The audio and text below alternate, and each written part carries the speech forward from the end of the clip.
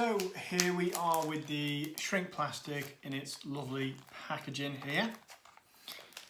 I've already taken a sheet out over here. So this is what it looks like. Now we have a matte side on this side, and that's for adding your detail to. You can stamp on this matte side here as well. But over here, it's all nice and shiny. So once it's been shrunk, this side gives any colour that's on that's been drawn onto here a nice kind of deep dark tone. So it's a lot more colourful on this side, which is great. Now I've cut some smaller pieces. I'm going to be using a few different tools today. So we have this nice little rubber stamper and holder tool. This tool is 2-in-1. So this is for once you've used the heat tool to then go ahead and flatten your element out while you wait for it to dry. And it's not going to give any kind of indents in there unless you have maybe, you know, some bit of debris on there or something. It's going to make it really nice and smooth. I have a few of these finger protectors here. Now you don't need these things to use the shrink plastic. They just help massively. Now this one it goes on the end of your finger here, and it's got a point to it on the end. So it's going to protect your finger from the heat, but it's also going to hold the little elements in place while we use the heat tool. I've got my heat tool. This is it's not the cleanest of heat tools because it is well loved. I use it every day, so that's why it's a bit lanky. I'm going to be using some of our alcohol pens because these are a perfect tool to be using with the shrink plastic. It allows you to colour them in. You'll see when I use it that when things shrink down, you expect, so say if I stamped onto my shrink plastic, as you can, I expect it to shrink down and all the letters to be, you know, too big, blurred together sort of thing. That doesn't happen. When you stamp an element on here, the whole thing shrinks and all the details shrink down with the shrink plastic. So it's just a tiny, tiny clear version of what you stamped on there, which is absolutely great. Now, as I said earlier, I've got a few bits of shrink plastic that I've cut down here. Now, I've got some of my elements already cut out, but I just wanted to show you how easily you can cut. So I'll just bring on my big shot machine. I'm going to be using some of the heart elements from the Love Hearts die set, and I'm also going to be using this moon element there. It's also from chapter 1. So that's an absolutely lovely die, that one. It's a floral crescent moon, and it's when put together with the flower elements, it looks lovely. But for today, I'm just using that moon element, and I'm not going to be shrinking that down. So here is how we're going to layer it up. Now I'm going to put it so that the smooth side, rather than the matte side, is facing up here, because that's going to be the side I want you to see. That's going to show all the detail when I shrink this down. I'll just layer that up again. And I've got, in fact, I'm going to cut the medium-sized heart because I've got the other two already pre-cut. So I'll just sandwich it up. As normal, we can cut this with thinlit dies. And I'll bring it back through. It will cut one time, but just for the sake of me having to reach over and grab. And there we are. So we've got that element, and we've got it on the nice shiny side there, so it's been cut properly. And on this side, this is where I'm going to add some colour. So I will just move this out of the way, like so. Okay, so I've got a bit of scrap paper. I'm just going to put this on here because I'm going to be colouring over it. I'm going to go with this nice lavender dust colour. And I'm just going to add just in nice lines. You can colour it however you want. if you do get kind of, you know, keep going over the same part and it looks as though it's been colored in with a felt tip, that will shrink down and be even more kind of prominent when it's been shrunk down, but that's not a problem. It's a nice effect. There we are. So I've added my alcohol ink there, and that has been added to the matte side rather than the shiny side, because the shiny side will just wipe off there. So give that a sec to dry. And what I'm going to do, I've also got a bit of our black stamping ink here, and I'm just realising now that I don't have my stamping block to hand, so I am going to just use the top of the case in there, and I'm going to stick my little heart element there. I'll apply some of my stamping ink from the top, as we always do when we're stamping. You apply from the top, and then I'm just going to measure that up, and I'll stamp that on there. There we go. So it's all lovely and stamped up. Do I have my tweezers to hand? Not at the moment. But if I just pick that up there, we can just see the detail of the stamp there. Now, as I said earlier, this is going to shrink down. It's not going to, you know, become all too thick for the make once we shrink it down. And I'm going to show you that right now. So, oh, do you know what I'm forgetting? Now we've got this mesh net that we put on the top while I use the heat tool on this. This is going to stop it from curling up too much, stop it from moving around, but when it's a nice bold shape like this, it's not going to curl up too much. When it curls up, sometimes you think that you've lost it because it's all going to curl over onto itself and stick.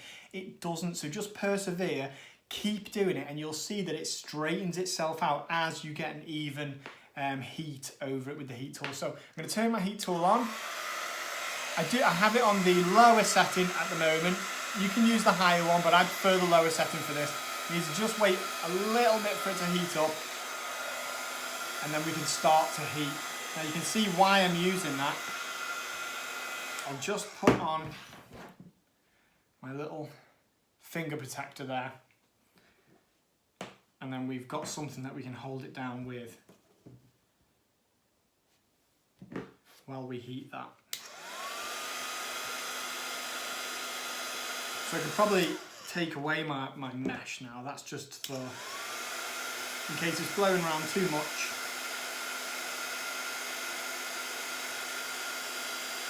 Now I can see it starting to move now.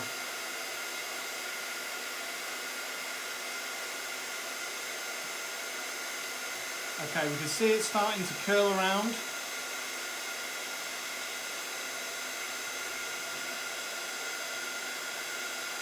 Now if it's blowing around too much, I can take the heat gun higher up, and that'll stop that from happening.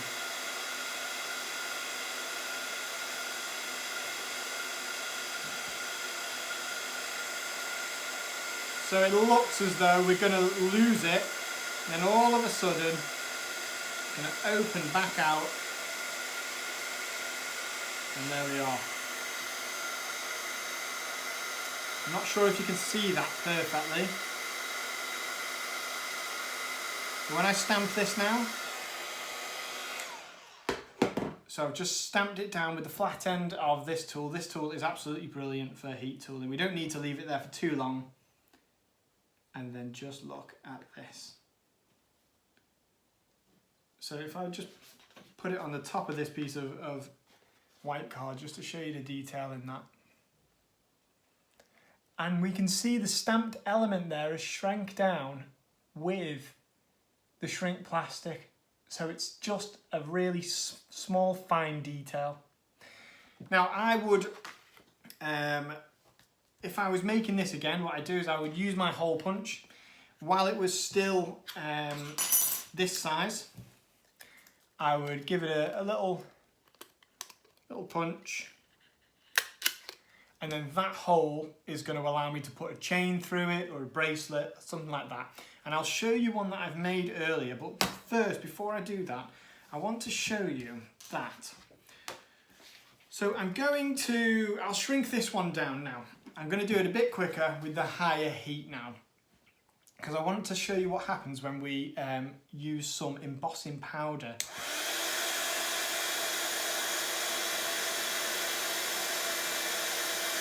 So there we are, it's starting to shrink down. That was much quicker that time because I got it on the higher heat.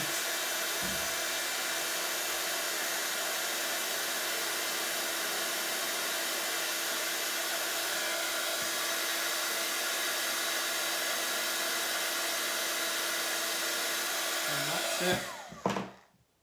And just apply that stamping tool. And it cools down so quickly as well. It's ready to use straight away. Now, I'm going to use some of our embossing ink here, and I've got my little funnel. Now this is a great technique when you're doing jewellery making and things like this. Now I'm going to choose the side. It's already been shrunk down, so it's not going to shrink down too much more. It will become soft again. But that's fine, as long as we don't touch it too much, it'll be fine. Now I'm going to give this a covering with the Mango Tango embossing powder. And this is going to happen a few times. So, can I find my tweezers?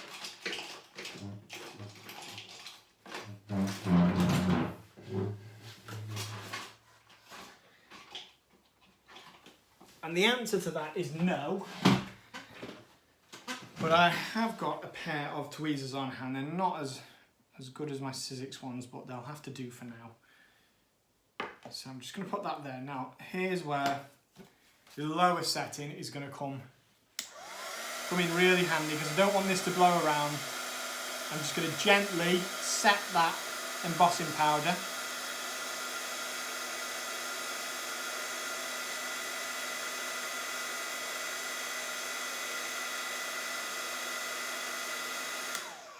Now I'll leave that just for a few seconds, just to sort of firm itself up again, and then I can pick it up. Now if I just hold this up, you'll see that embossing powder, can I catch the light with it a bit? There we are. So that embossing powder is giving it a really nice coat there. But what I'm going to do, I'm not going to stop there. I'm going to apply the embossing powder again to the same surface. And we're just going to repeat that because a few layers of the embossing powder creates almost like a veneer over the top. And it's a really lovely effect. So I'll take that back out. All drops through the hole there, which is what we want. And again, I will just set that. I wish you could see a close-up of it as the embossing powder sets, because it's the most satisfying thing ever. You just see this veneer appear and it goes all smooth and lovely, and it is perfect for jewellery making. Now there we are. Now that in itself already, I'm going to bring that up to the camera once it's firmed. I'll use my funnel in the meantime just to put the excess back in here. These funnels are brilliant. You take the lid off. We're not going to waste any of this embossing powder. I'm just going to put it all back in there. So I can put my lid on this one. Now that was 2 coats there, and this, just look at that surface. Now this is especially lovely for jewellery makes here. I'll catch the light with that there. Not very well, but there we are. So what I'm going to do is I'm going to apply another little bit, but I'm going to go with a different colour now. I'm going to go with the mint julep.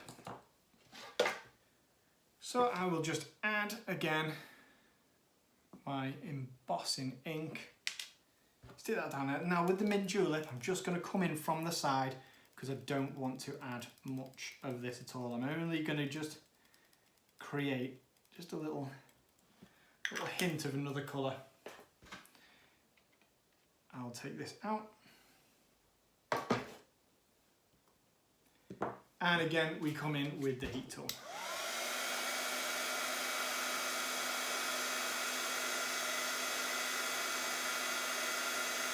And the closer you are with the heat tool, the more quickly it's going to set. But you can move the heat tool a bit further away and get a bit more of an even setting. Now, this is fantastic. Okay, so have a look at this. We can see how lovely and shiny that is. It's a really lovely little thing just to put on. I hope we're picking that up and not getting too much light there. I'll try and block out a bit of the light. Just let it focus. But that is a really lovely thing there, and it glistens. So all I would do is I would attach a little chain to that. And here's one that I created earlier. And I used for this one, I think I used the ballet slipper and a bit of the mint julep. And we just I put a little silver chain on it, and look at that. And with the shrink plastic being such a nice, robust material, it was great. But if I stick this one on here, you could see that it could have just been using that. So this one's see-through, and we've got that stamped element there. Here I have stamped a sentiment on there. It says special someone, and that's a stamp element from the Love Hearts die set. So that was absolutely great. So the shrink plastic can maintain its transparency, but just adding this embossing powder, I just wanted you to see that that is an option because it looks absolutely lovely. Now, I have pre-made some of these. I'll take that one in there. I've got these little hearts that I've done. I've done them all in solid colours. Now I've got this card element. All I've done is I'm going to move this stuff out of the way because I wanted to show that it can also be used for papercraft. So shrink plastic isn't just about jewellery making. We can also use it to create some lovely papercraft makes here. So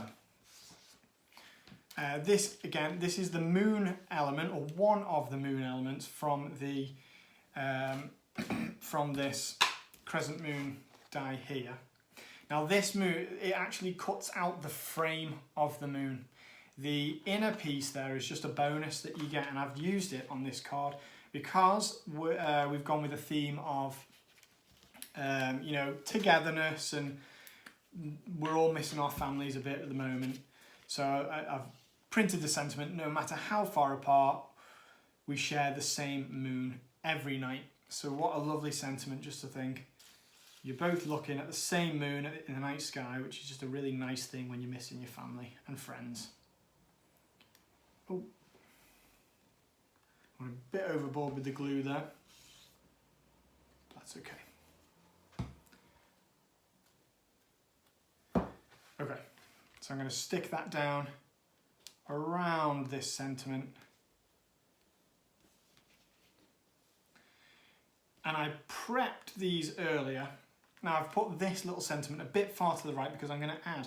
Now look at the dimension that is created when you add these shrink plastic elements. You've already got it, they come built in with dimension. So I'm going to stick that one here. And when you guys make it at home, you could be more careful so you don't get any glue splodges on there. I have another one here. I'm going to add that one there, I think. And then I'm going to add another one up here. And the colours that are created with the embossing powder are absolutely lovely. So just find some little spaces here. Be careful with your composition when you're doing a make like this. I'll stick that one just up here. Just coming off the moon there. And it's that simple. So just look how much dimension this gives you, and the light plays over these maids. Because we've used the shrink plastic, it was robust enough to just add the embossing powder, and we've got that lovely glossy touch. So just look at that for a nice, simple, effective and elegant make for a card that you could send to a loved one. So we've got this card here, the Papercraft make there, and of course we can make the jewellery with it.